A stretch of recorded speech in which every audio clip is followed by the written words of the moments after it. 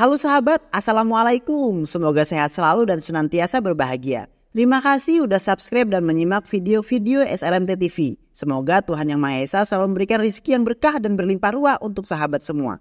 Nah, kali ini SLMT TV akan membawakan alur cerita film yang berjudul Sri Mantudu. Bagaimana keseruan filmnya? Nggak perlu banyak basa-basi lagi, ini dia alur ceritanya.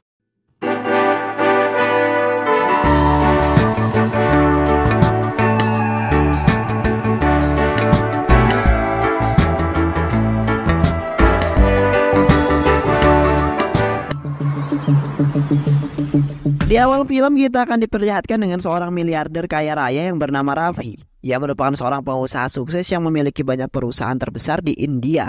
Bahkan dia masuk dalam daftar orang terkaya di dunia. Setelah melakukan kunjungan bisnis di luar negeri, Raffi kemudian kembali ke India. Raffi hidup bahagia bersama seluruh anggota keluarga di sebuah rumah yang mewah di kota Hyderabad. Keesokan harinya saat Raffi akan memasuki kantor, ia kemudian dihampiri oleh beberapa karyawannya. Mereka mengundang Raffi dan mengajak Raffi untuk menghadiri sebuah festival tahunan India. Akan tetapi Raffi malah menolak ajakan tersebut dan ia beralasan jika ada hal yang sangat lebih penting, yaitu acara dengan keluarganya. Mendengar hal tersebut tentu membuat mereka sangat kecewa karena memang si Raffi ini memiliki sifat yang dingin dan sedikit sombong. Meski demikian, festival tahunan tetap berlangsung dengan sangat meriah. Malam itu mereka semua dibuat terkejut ketika melihat seorang pria tampan bernama Harsha datang ke acara tersebut. Karena ternyata si Harsha ini merupakan putra tunggal Raffi. Ia memiliki sifat yang sangat berbeda jauh dengan ayahnya yang penuh dengan kemewahan. Justru Harsha ini sangat sederhana, bahkan ia tak gengsi bergaul dengan para rakyat jelata. Terlihat Harsha sangat menikmati festival tersebut. Ia tak malu jika harus berbaur dengan para warga biasa. Karena bagi Harsha itu sangat membuat dirinya bahagia ketika dirinya bisa berkumpul bersama orang-orang tanpa memandang sebuah perbedaan. Setelah acara selesai, Harsha pun kemudian pulang ke rumah dan saat Harsha akan masuk ke kamarnya, ia kemudian ditanya oleh sang bapaknya, "Habis dari mana aja kamu, nak? Sudah malam begini baru saja pulang. Sudah tahu malam ini ada acara keluarga tapi kamu masih aja keluyuran," ungkap Raffi.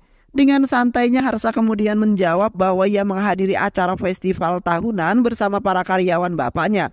Dia juga berkata bahwa kalau dirinya tahu sebenarnya bapaknya mendapat undangan ke festival tersebut, tapi malah menolaknya. Tak hanya itu, Harsha juga memberitahu bahwa karyawannya sangat senang ia lakukan hal ini untuk mewakili sang ayah. Mendengar hal tersebut, Raffi kemudian mengajak Harsha untuk ngobrol empat mata. Akan tetapi si Harsha ini menolak dan berkata, "Besok aja lah Pak, aku capek malam ini, mau tidur." Udah malam juga kan. Keesokan harinya Harsha kemudian menghampiri bapaknya yang sedang duduk menikmati secangkir kopi pahit. Saat itu Raffi bertanya kepada Harsha, kapan Harsha akan siap menjadi CEO dan menggantikan posisinya. Mendengar hal itu, Harsha kemudian langsung menolak hal tersebut karena hal itu membuat Raffi sangat marah kepada Harsha. Raffi nggak habis pikir dengan jawaban yang Harsha ucapkan karena telah menolak warisan darinya yang bernilai ribuan krur. Bahkan kekayaan nggak habis sampai 7 turunan. "Kamu udah gila, nak? Terus kamu mau ngapain lagi? Hidup udah enak, tinggal ngelanjutin perusahaan bapak," ungkap Raffi. Meski demikian, Harsha tetap menolak dan berkata bahwa terserah bapak mau ngomong apa. "Pokoknya saya akan melakukan hal-hal yang bisa buat diriku bahagia," ungkap Harsha. Ia juga kemudian meminta ayahnya mengizinkannya melakukan apapun yang dia mau dalam hidupnya. Hal tersebut tentu sangat menjadi beban pikiran bagi Raffi. Ia pun curhat pada salah satu temannya. Dia menceritakan tentang anaknya yang telah menolak semua kekayaan yang ia akan berikan. Mendengar hal tersebut, temannya kemudian memberikan saran agar Raffi segera menikahkan Harsha. Siapa tahu setelah menikah si Harsha ini bisa berubah pikiran dan mau menggantikan posisinya sebagai seorang CEO. "Boleh juga ide kamu," ungkap Raffi. Raffi kemudian membuat sebuah rencana untuk menjodohkan Harsha dengan seorang gadis, anak rekan bisnisnya. Saat itu Raffi meminta Harsha untuk pergi menemaninya ke kantor besok untuk menemui seorang klien. Padahal itu semua cuma akal-akalan Raffi. Meski awalnya sempat menolak, akan tetapi sang ibu mencoba menasihatinya dan meminta Harsha untuk pergi menemani ayahnya besok. Keesokan harinya, Harsha pergi ke kantor dengan penampilan yang sederhana. Harsha yang belum menyadari kalau ini semua cuma sebuah jebakan sang ayah. Ia bersikap santai karena mengira pertemuan itu memang benar-benar pertemuan dengan seorang klien. Saat Harsa sedang menunggu ayahnya di salah satu ruangan, secara gak sengaja Harsa mendengar pembicaraan salah satu pegawai perusahaan ayahnya yang bernama Penkat. Ia terlihat sangat sedih karena dirinya sedang kesusahan ekonomi untuk biaya pendidikan putra dan biaya pernikahan putrinya. Harsa kemudian pergi menghadiri rapat perusahaan. Terlihat Harsa sangat tidak nyaman, bahkan ia malah asik main game di HP-nya. Di tengah rapat tersebut, Raffi meminta Harsa untuk mengajak gadis yang akan dijodohkan oleh ayahnya untuk minum kopi bersama. Harsa yang belum menyadari niat ayahnya itu pun kemudian langsung pergi mengajak gadis tersebut untuk ngopi-ngopi bareng. Akan tetapi saat tengah menikmati kopi, gadis itu memberitahu Harsa bahwa sebenarnya orang tua mereka sudah merencanakan perjodohan mereka. Mendengar hal tersebut, Harsa langsung menolak perjodohan mereka dan langsung pergi meninggalkan gadis tersebut. Sementara itu di rumah Penkat sedang melakukan sebuah pertemuan dengan keluarga mempelai laki-laki yang akan menikahi putrinya.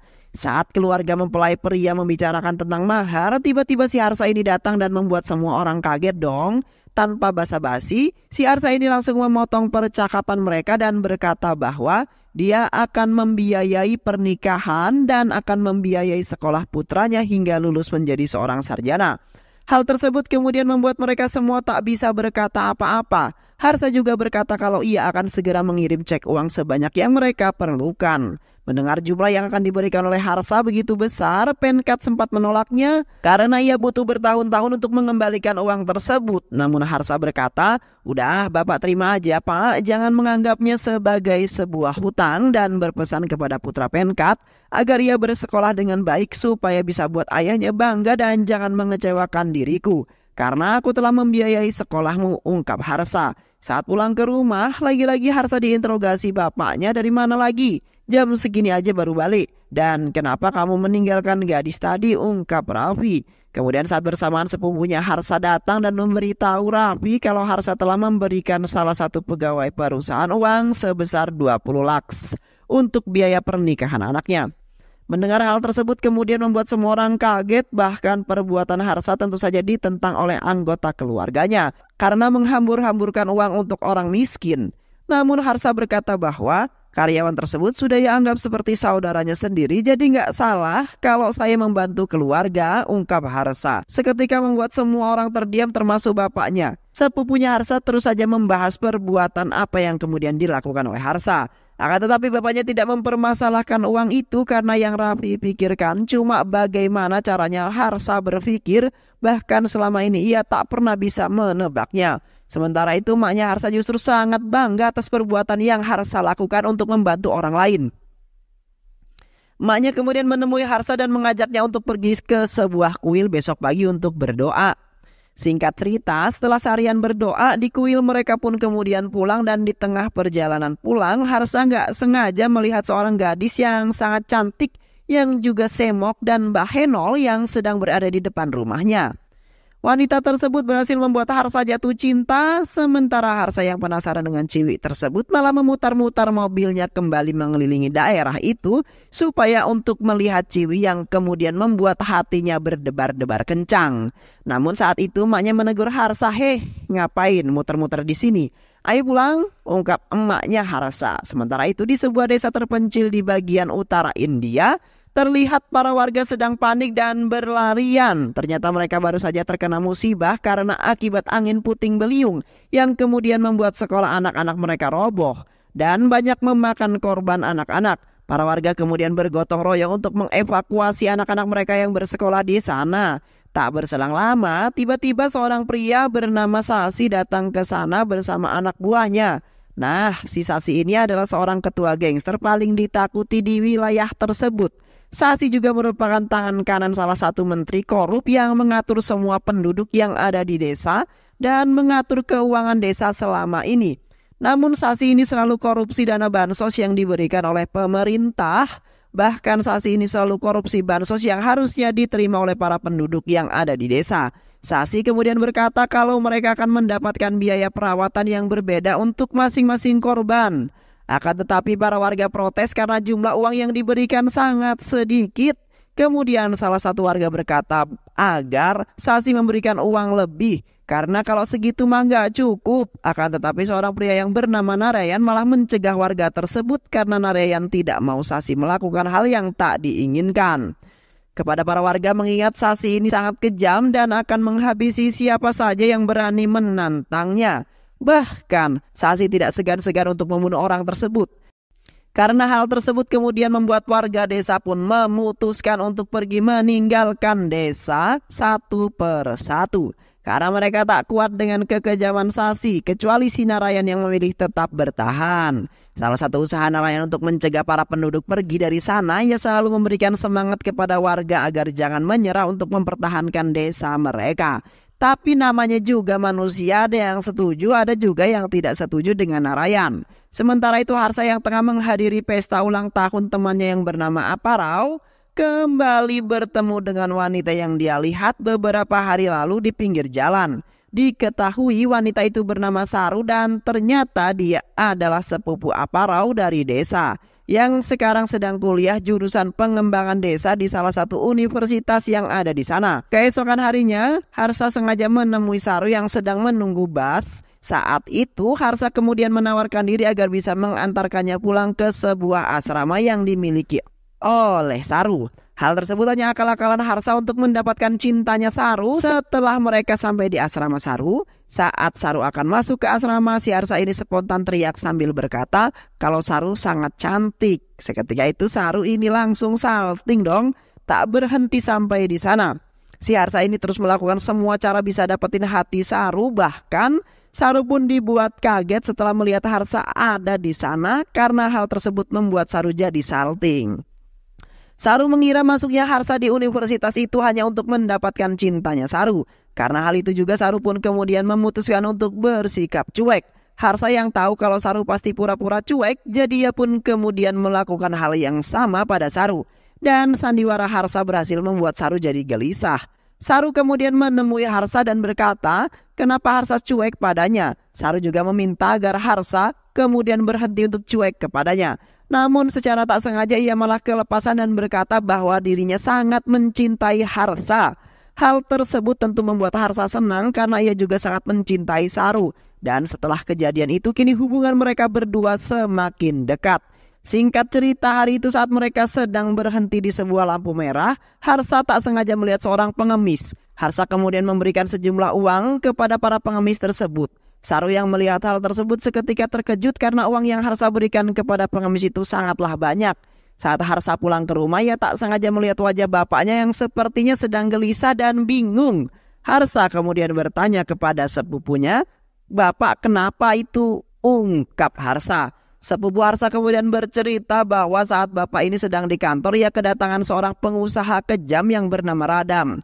Pagi itu si Radam datang dan meminta ayahnya untuk mundur dari sebuah proyek besar yang sedang diincar oleh Radam. Radam mengancam akan menghabisi semua keluarganya jika ia tetap kekeh untuk melanjutkan proyek tersebut.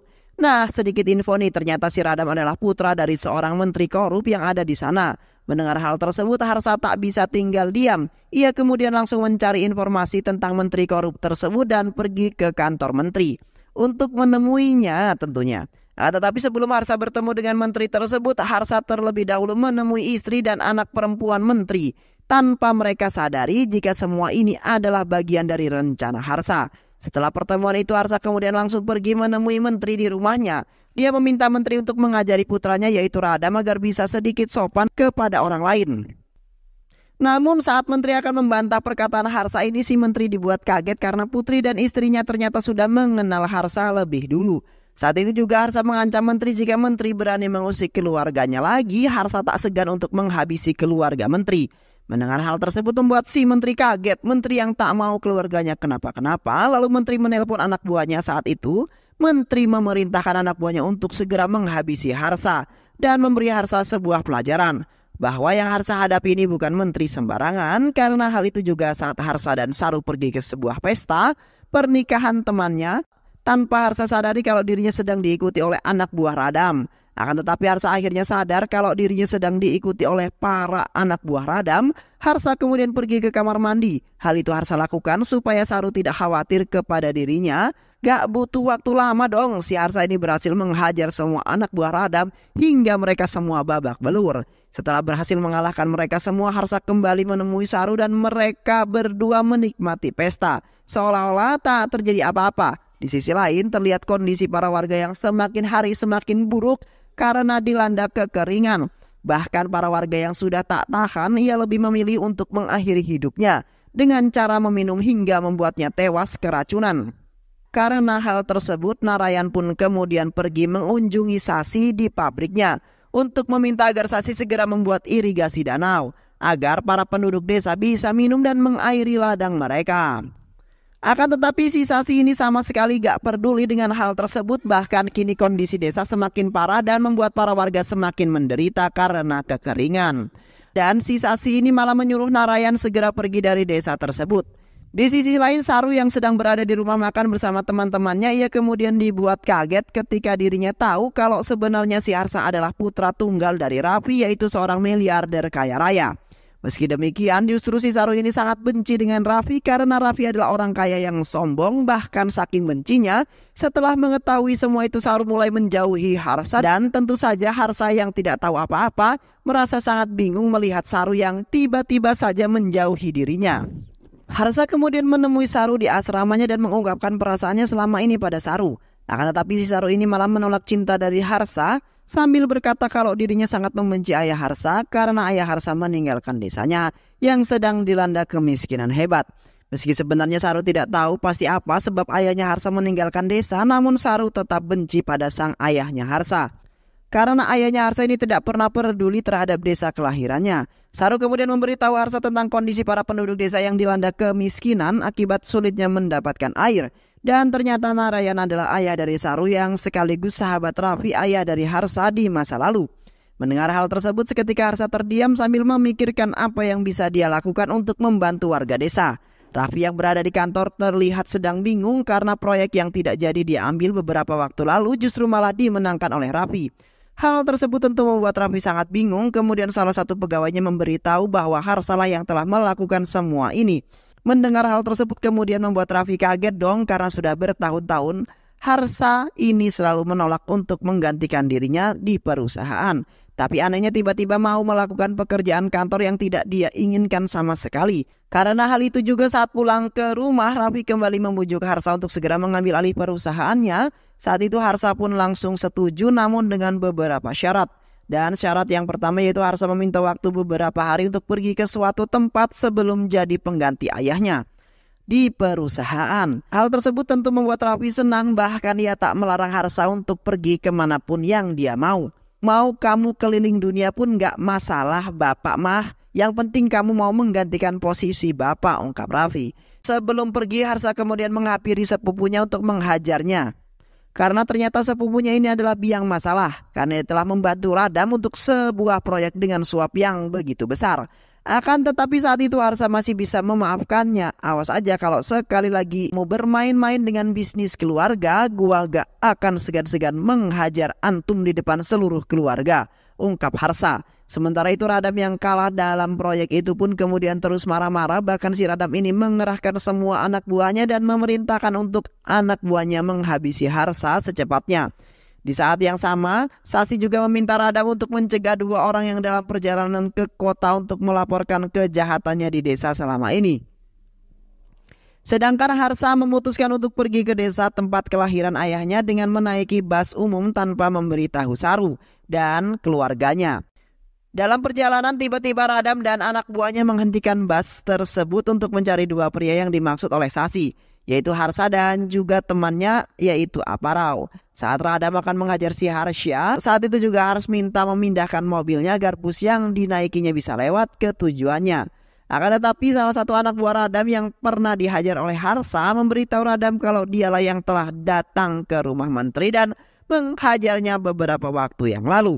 Mendengar hal tersebut, Radam memerintahkan anak buahnya segera membunuh Harsa. Akan tetapi Harsa bukanlah tandingan mereka. Dengan mudah kemudian si Harsa ini melumpuhkan semua anak buah Radam. Setelah menghajar Radam beserta anak buahnya, Harsa kemudian kembali melanjutkan perjalanannya ke desa tempat kelahiran orang tuanya. Sesampainya di desa, Harsa pergi ke rumah Narayan untuk tinggal beberapa lama. dengan alasan bahwa dia sedang mempelajari desa-desa terpencil. Sementara itu Saru terlihat sangat gelisah karena telah menolak Harsa. Ia sangat merasa bersalah.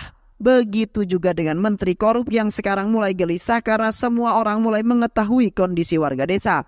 Menteri kemudian meminta Sasi untuk melakukan sesuatu agar nama baiknya kembali membaik dan supaya dia bisa menang untuk pemilihan yang akan datang.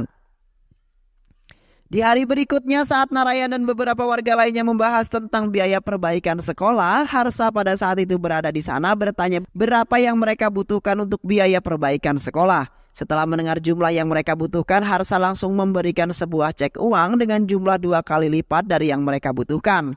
Narayan berusaha menolak namun Harsa tetap bersikeras memberi uang itu sambil mengatakan kalau dirinya tidak membantu menyelesaikan masalah warga desa, untuk apa dia tinggal di desa ini. Aparau juga yang baru tiba di desa kaget melihat Harsa juga sudah ada di desa membantu warga desa.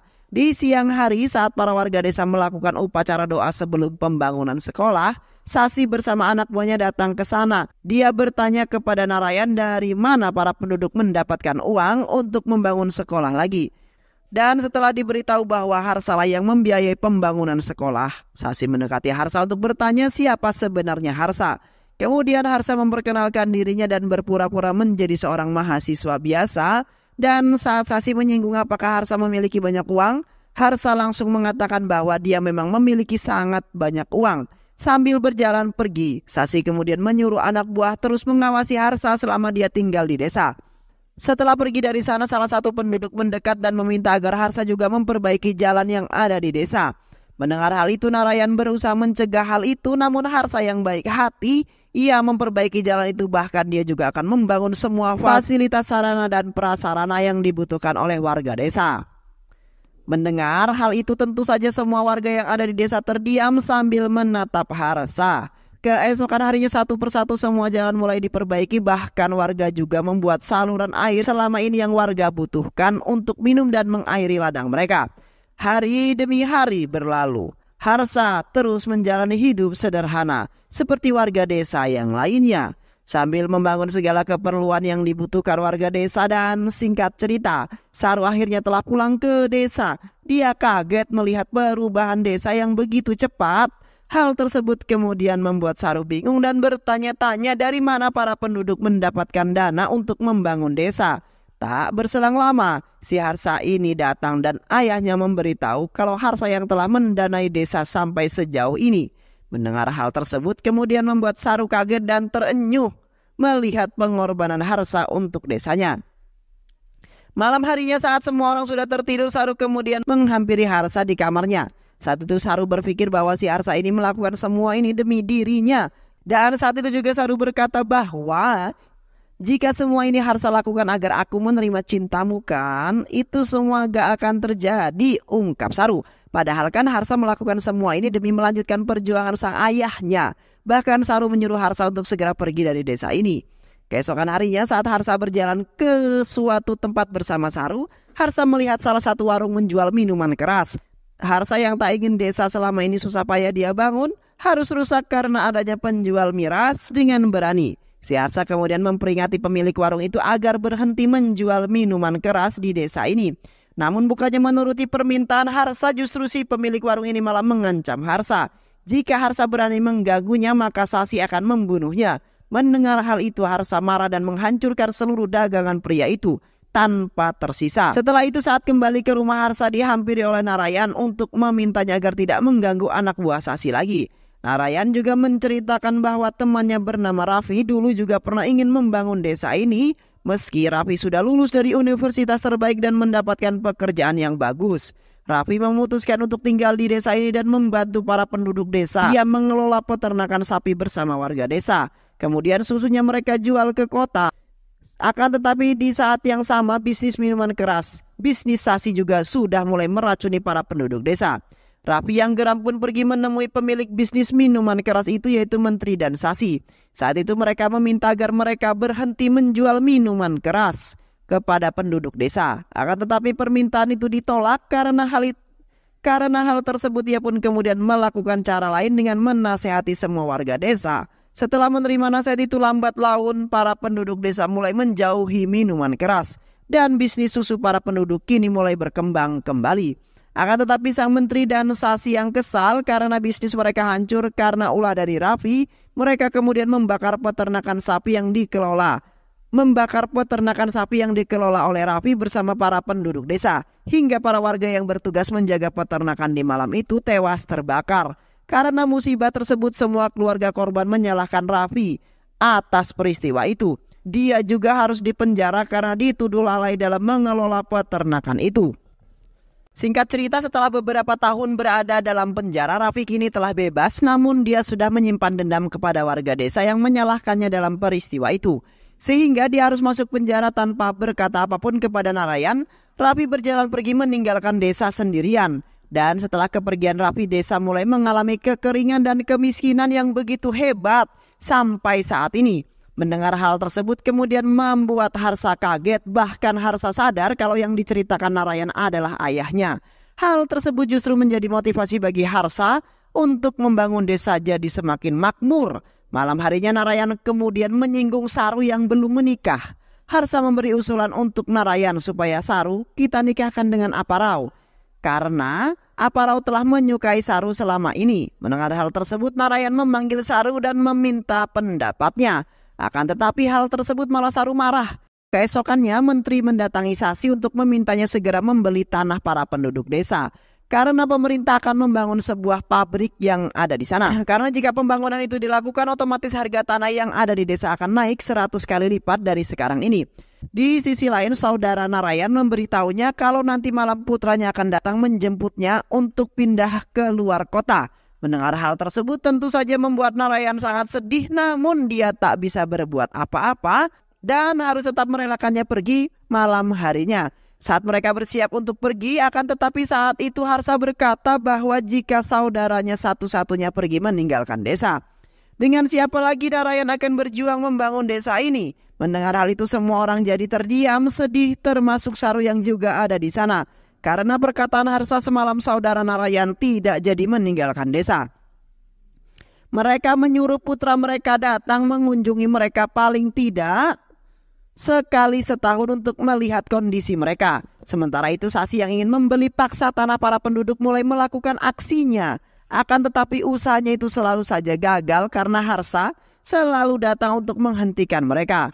Karena hal itu membuat Sasi dan menteri jadi marah. Mereka kemudian menculik Saru agar Harsa datang mencarinya. Setelah menerima informasi penculikan Saru dan Narayan, Harsa langsung pergi untuk menyelamatkan Saru. Meski di sana banyak anak buah Sasi bertubuh besar, Harsa tidak takut sedikit pun. Perlahan dia mendekati menteri yang sedang duduk dan meminta agar menteri mengembalikan uang para penduduk desa yang telah dia ambil selama ini. Menteri yang emosi memerintahkan seluruh anak buahnya untuk membunuh Harsa. Namun Harsa bukanlah tandingan mereka. Dengan mudah ia berhasil mengalahkan semua anak buah mereka.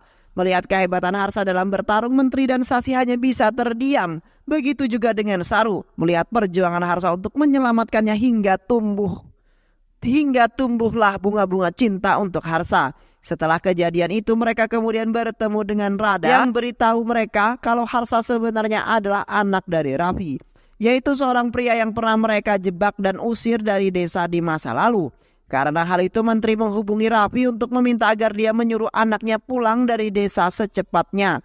Jika tidak, putranya akan bernasib sama seperti dirinya. Mendengar hal tersebut membuat Raffi kaget dong, karena selama ini Raffi berpikir kalau Harsa ini pergi liburan di luar negeri. Taunya malah berada di desa yang pernah dia tinggalkan di masa lalu. Harsa yang pada saat itu mengunjungi danau kaget melihat beberapa penduduk desa yang tumbang tidak sadarkan diri. Saat itu Harsa menghampiri salah satu korban yang masih hidup. Anak buah Sasi menusuk Harsa dari belakang. Meski telah tertusuk beberapa kali, Harsa tetap masih bisa bertarung melawan mereka. Semuanya, hingga pada akhirnya Harsa pun berhasil mengalahkan mereka semua. Akan tetapi, karena luka yang dia dapatkan Harsa cukup parah yang membuat Harsa pingsan di sana. Tak lama setelah pingsan di dekat sungai, kini Harsa sudah berada di rumah sakit. Melihat kondisi Harsa tidak sadarkan diri, Saru menangis dan memberitahu keluarganya kalau sebenarnya mereka berdua telah lama saling mencintai, jauh sebelum Harsa datang ke desa ini. Namun Saru menolak Harsa saat Harsa menyatakan cintanya kepadanya setelah mengetahui kalau Raffi yang dulu meninggalkan desa adalah ayahnya. Mendengar hal itu Narayan kaget, dia tidak percaya Harsa adalah putra dari temannya. Tak berselang lama Raffi bersama keluarganya telah tiba di sana. Dia masuk ke dalam rumah sakit untuk memeriksa keadaan putra satu-satunya. Setelah melihat kondisi anaknya, Raffi kemudian keluar menemui para penduduk untuk meminta agar mereka mengizinkan membawa Harsha pulang ke rumahnya bersamanya. Mendengar hal itu para penduduk desa terdiam. Mereka tidak menyangka pria yang membangun desa selama ini ternyata adalah anak dari pria yang mereka pernah usir dari desa masa lalu. Saat berjalan masuk ke dalam, Raffi juga meminta Saru ikut bersama mereka jika ingin terus bersama putranya. Setelah beberapa lama Harsa kini telah sadar dan dia meminta agar dokter mengizinkannya keluar dari rumah sakit karena banyak pekerjaan yang harus dia selesaikan. Namun Narayan dan Saru mencegah hal itu, akan tetapi semua itu harus Harsa lakukan. Terpaksa Harsa ikut bersama keluarganya kembali ke rumah mereka. Setelah beberapa lama kembali ke rumah sesuai janjinya, Harsa kini telah bergabung dalam perusahaan untuk menggantikan ayahnya. Setiap hari Harsa selalu memikirkan desa dan bersikap bodoh amat pada pekerjaannya. Sasi yang kini tidak punya halangan juga sudah mulai memaksa para penduduk menjual tanah mereka kepadanya, tanpa terkecuali Narayan beserta keluarganya. Suatu hari sang ayah yang sudah lelah melihat putranya yang tak punya gairah hidup, Raffi kemudian bertanya kenapa Harsa tidak mau melupakan desa itu, padahal dia sudah hidup mewah bersamanya. Harsa berkata bahwa selama ini dirinya hidup sangat mewah, namun Harsa merasa tidak sepenuhnya hidup karena setengah hidupnya masih tertinggal di desa itu. Harsa berkata bahwa dia sangat menyesal karena telah meninggalkan para penduduk desa yang masih menderita kemiskinan. Mendengar perkataan Harsa seketika membuat Raffi sadar bahwa selama ini ia telah salah karena telah memaksakan Harsa, dan jika terus memaksa Harsa mungkin Harsa akan terus hidup dengan penuh keputusasaan. Karena itu Raffi kemudian mengizinkan Harsa kembali ke desa dan menjalani hidup yang dia inginkan. Sementara itu Narayan yang sudah putus asa memutuskan untuk pergi meninggalkan desa sambil menangis karena semua ini terpaksa ia lakukan karena jika dia tetap tinggal di desa ini, Sasi akan membunuh anggota keluarganya. Di saat yang bersamaan Harsa kembali di desa. Hari itu juga Harsa pergi ke pabrik minuman keras milik Sasi untuk menghancurkan semua bisnis haram milik Sasi. Tanpa banyak basa-basi Harsa langsung menyerang semua anak buah Sasi sampai mereka semua keok. Dan setelah berhasil mengalahkan mereka semua, Harsa kemudian membakar pabrik minuman keras tersebut.